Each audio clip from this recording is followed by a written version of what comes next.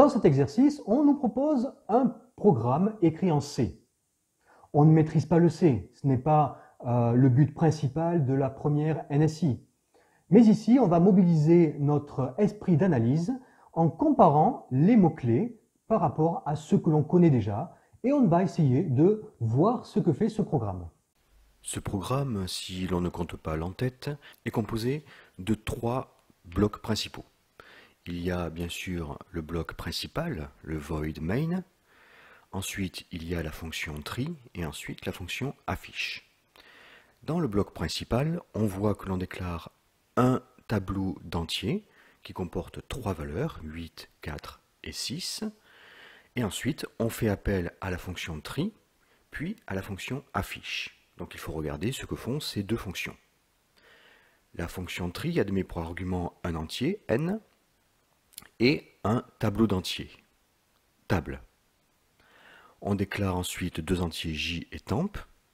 For j égale 0, j inférieur à n-1, j++ signifie que j va prendre les valeurs de 0 à n-2, puisque j est strictement inférieur à n-1. Ici, il ne faut pas oublier qu'un tableau est indicé à partir de 0, et donc s'il comporte n éléments, les indices vont aller de 0 à n-1.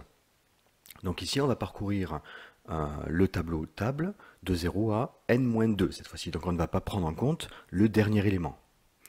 Et ici, on voit que table de j reçoit table de j+1 si table de j est supérieure à table de j+1. Donc en fait, ici, ce qu'on fait, c'est qu'on va trier les éléments du tableau dans l'ordre croissant.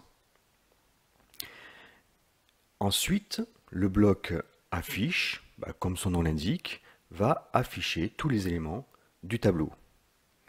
On peut par conséquent conclure que ce programme trie un tableau et affiche le résultat. Voilà, alors vous avez vu ici que la difficulté n'était pas énorme. Pour arriver à répondre à ce type de questions, pour arriver à analyser un programme, il faut le regarder bloc par bloc. Et ensuite, comparer les mots qui sont en commun. En effet, d'un langage à l'autre, il va y avoir des similitudes.